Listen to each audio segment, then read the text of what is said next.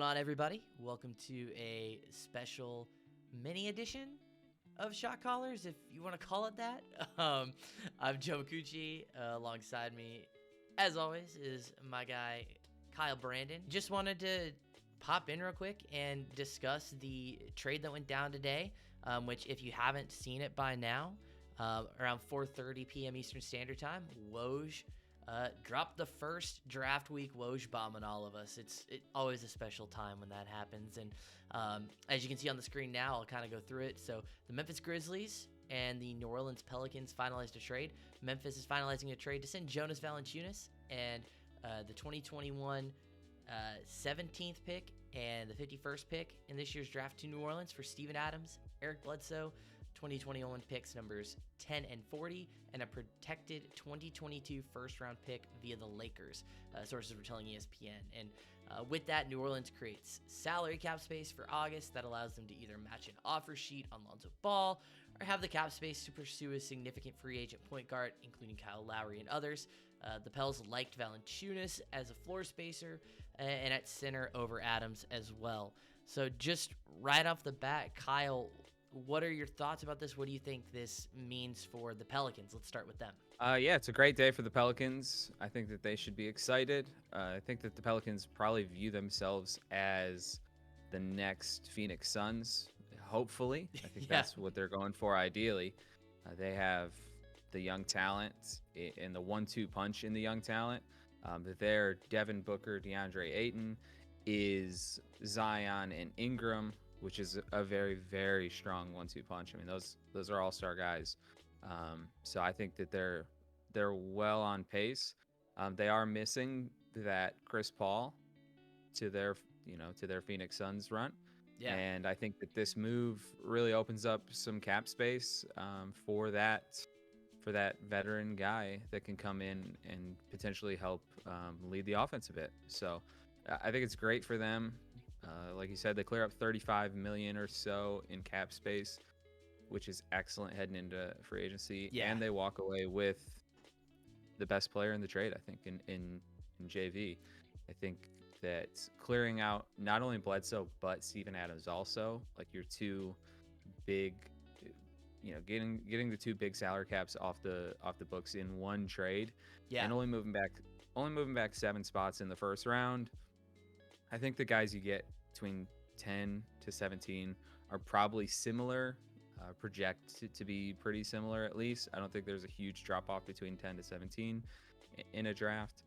And you give up a future Lakers pick, top 10 protected.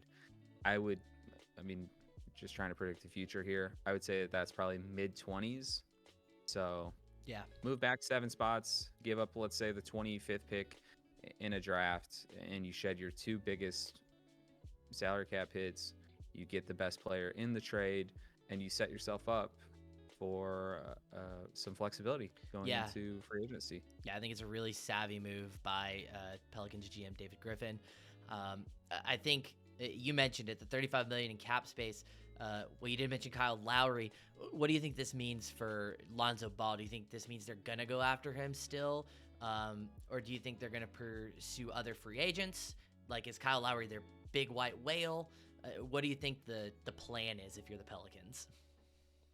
So I don't think that they've really done much to indicate that they would like to bring back Lonzo. I think that they would have either made him an offer, or I think that there would have been something out there that kind of indicates that he would be getting an offer. I really don't think he's going to be staying. So I think that Lowry then becomes their number one guy that they look for, which Valanciunas is a guy that's played with Lowry before, and that's really great in that sense. I think that if it's not Lowry, which, I mean, they could offer, $30+ million, and for a guy Lowry's age, I think that that's very, very fair and generous. Yeah. So I think if it's not Lowry, then you look at some other options. I don't know if it's a point guard necessarily that they look for, because I don't think you're going to get Chris Paul. He likes being on the West Coast. I don't think you get him to come back to New Orleans. But I think that you could look like a guy like Duncan Robinson that's a restricted free agent. Can you match an offer or beat an offer for restricted free agency and get a floor spacer like that? And then another guy, can you? I know that like Utah is trying to shed some salary. Can you get a guy or two from Utah? Maybe you can get like a Joe Ingles from Utah. Or even, I mean, we're talking veteran point guards, Mike Conley. His contract's Mike up. Conley, Maybe he's a guy that slots in.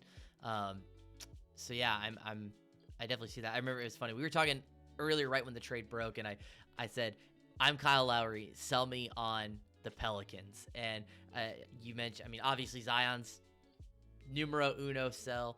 Brandon Ingram, now Valanciunas.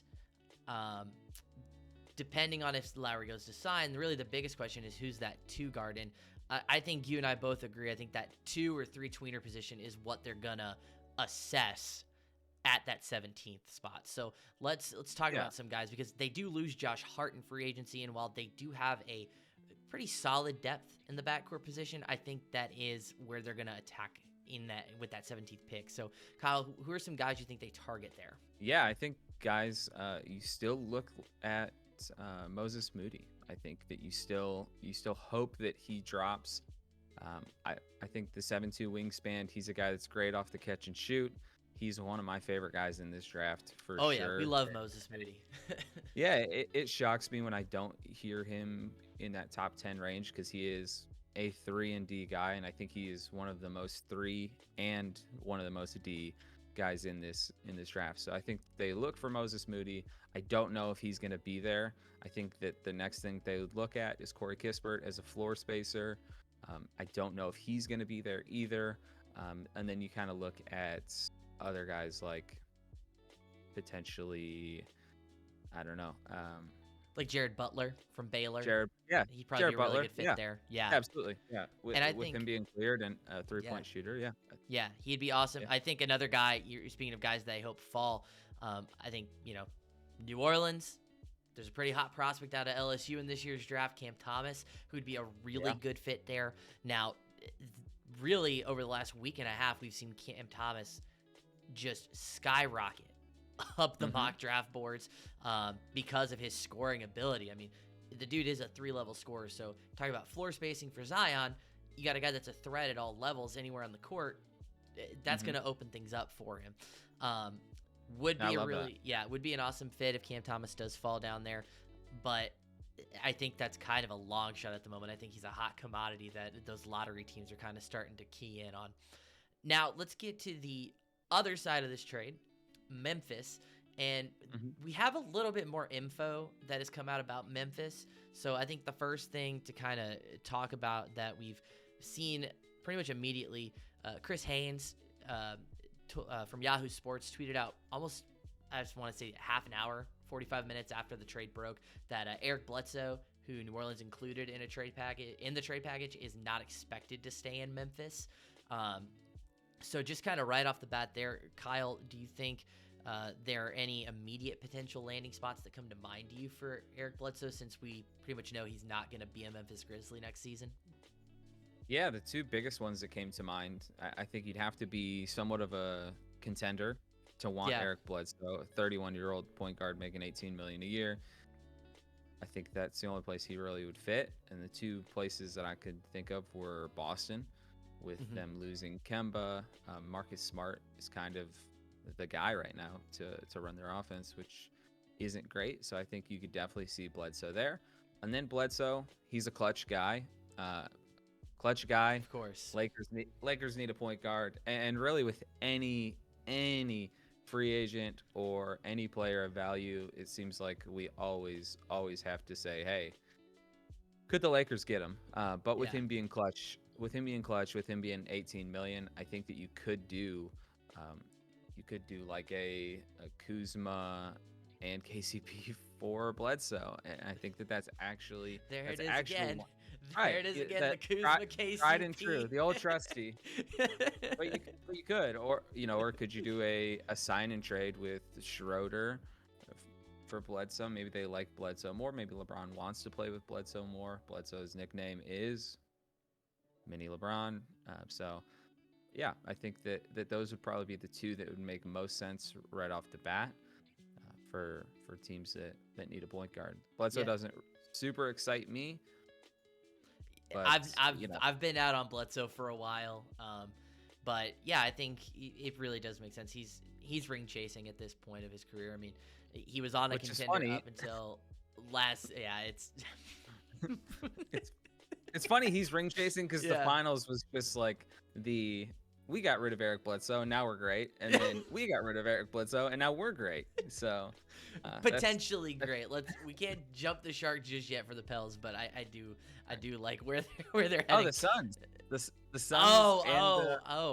Suns and the Bucks. This is true. Both got true. Yeah. both got rid of Bledsoe. So it's funny Suns. that he's ring chasing. It was the Eric Bledsoe Bowl. I don't want to be here. Right. Yeah. There was another player involved, Steven Adams. And with Bledsoe leaving, I think it just bears to ask the question, do we think Steven Adams leaves as well? I don't think you or I think that. You're very high on what Steven Adams brings to the Grizzlies. Yeah, I actually like what Steven Adams brings, especially with Jaren Jackson Jr. there. Jaren Jackson is their small ball guy. He can guard out to the perimeter. He can play, he can play the 5 in those small ball lineups, because I know Steven Adams can't be on the court for every single possession. I think especially when it gets later, when a team decides that they want to go small, Steven Adams can't be out there. But when Steven Adams can be out there, he can bang down low with the big guys. You can put him on any of the big guys in the league, and he can hold his own. And that guy also, as boring as this is, he sets a really hard screen, and I think that John Morant will love. I think John Morant will love it. I think he'll clog up the paint a little more than Valanciunas will, but I think that he'll make up with it by how good he is in that setting a pick kind of spot. So, yeah, I think that their roster works well with Steven Adams, because they have just kind of these small ball guys already. Yeah. And so I think the next part of this is, I think the biggest part of this trade is that Memphis has now moved up into the lottery at 10. And over the course of the evening, we've had multiple sources that have come out reporting that Josh Giddey is the player that Memphis is targeting. And that's coming from Jonathan Givony from ESPN, the Athletic NBA Twitter account, as well as Jonathan Wasserman from Bleacher Report. Kyle, you actually had the 10th pick in our mock draft that we did, not this last Sunday, but the Sunday before, which if you haven't listened to that already, that's up on the 48 Minutes Network podcast page. So go check that out. Kyle, you took Moses Moody at 10. Do you think that Giddey is a good look for Memphis? Do you think, if we're doing the draft now, you're taking Moses Moody there at 10 still, or is there another guy that you think fits this roster? I am. I'm still taking Moses Moody. I think that if it's not Moses Moody, me personally, I'm staying away from Josh Giddey. That's just me personally. I'm not high on him. I think that we just watched Philly struggle with Ben Simmons at the end of games. Ben Simmons can't shoot at all, and just couldn't be on the court. Moses Moody's not a plus defender necessarily either. He's strictly a good passer that is tall. So to me, I would stay away. I think Memphis does need another ball handler. They don't have a backup point guard for Ja really, but I don't think that this is where you look for a backup point guard, which I think Giddey would be. And so I think that they should look more for the Moses Moody, who ran the offense for Arkansas. Yeah. And so I don't think that he's a point guard by any means, but he was able to run and initiate the offense. That's not where he's best, but he can do it. And I think he'd be a good option. I think that Keon Johnson out of Tennessee, a little more athletic. I like that with this Grizzlies team. How about this one? How about this? Memphis hoping that Davion Mitchell falls to them at 10. Love it. Yeah, love it. I think that's a really good fit. Guy. Yeah, that's the guy, again, hangs his hat on defense. Yeah. He can space the floor. He can be a primary ball handler. I think guys like that, I just don't see why you're going for a backup point guard that that hasn't shown anything as far as shooting upside at all. Yeah. I think he'll be a career negative shooter, and so I would stay away from that. That's a guy that I feel like you should be able to get at 17. I know that he hasn't been mocked that late, but I don't think at 10. I don't think at 10 that's who you look for. Yeah, I agree. And I think, especially with them making the trade, I think it's not out of the realm of possibility that Memphis continues to try to climb. I think that's definitely something you could look into, whether it's a team like Orlando that maybe isn't wild about what's going on with their picks at 5 or 8. Like maybe they're not as high on Scotty Barnes and Jonathan Kuminga as what's been reported. Like maybe they just want to get book night and call it a day. I mean, I think that's definitely in play. So we'll definitely see what happens with Memphis. But I think overall, I think this is a pretty even trade for both teams. But I still think that if we had to pick a winner, I think we would pick the New Orleans Pelicans. Yeah, I think it's the Pelicans, and I think it's by a little more of a margin than I think you see it as. Okay. So I think that it shows that New Orleans is really looking at their window and kind of their situation and taking it serious and trying to expedite it. And I think it kind of shows the opposite for Memphis, who made it to the playoffs, beat Golden State in the play-in game. But I think that they are kind of playing the long game here and really trying to fill out their roster the best they can. And, we don't know what it's going to look like after the Bledsoe trade. I think that, again, they'll get a few more pieces of the puzzle long-term with that as well. Yeah. But I think it's just two teams doing two different things. For me personally, I just like the New Orleans side of it a little more. Yeah, I definitely agree. I do think it's interesting that we get yet another chapter of Zion and Ja where they're going to be linked together with their teams making this trade. It's going to be very interesting. I think if you're Memphis, you can't mess this pick up. I personally feel like they are the ones that are under pressure to knock this pick out of the park. I still think New Orleans has pressure to hit because they traded out of the lottery in a draft that's very, very deep.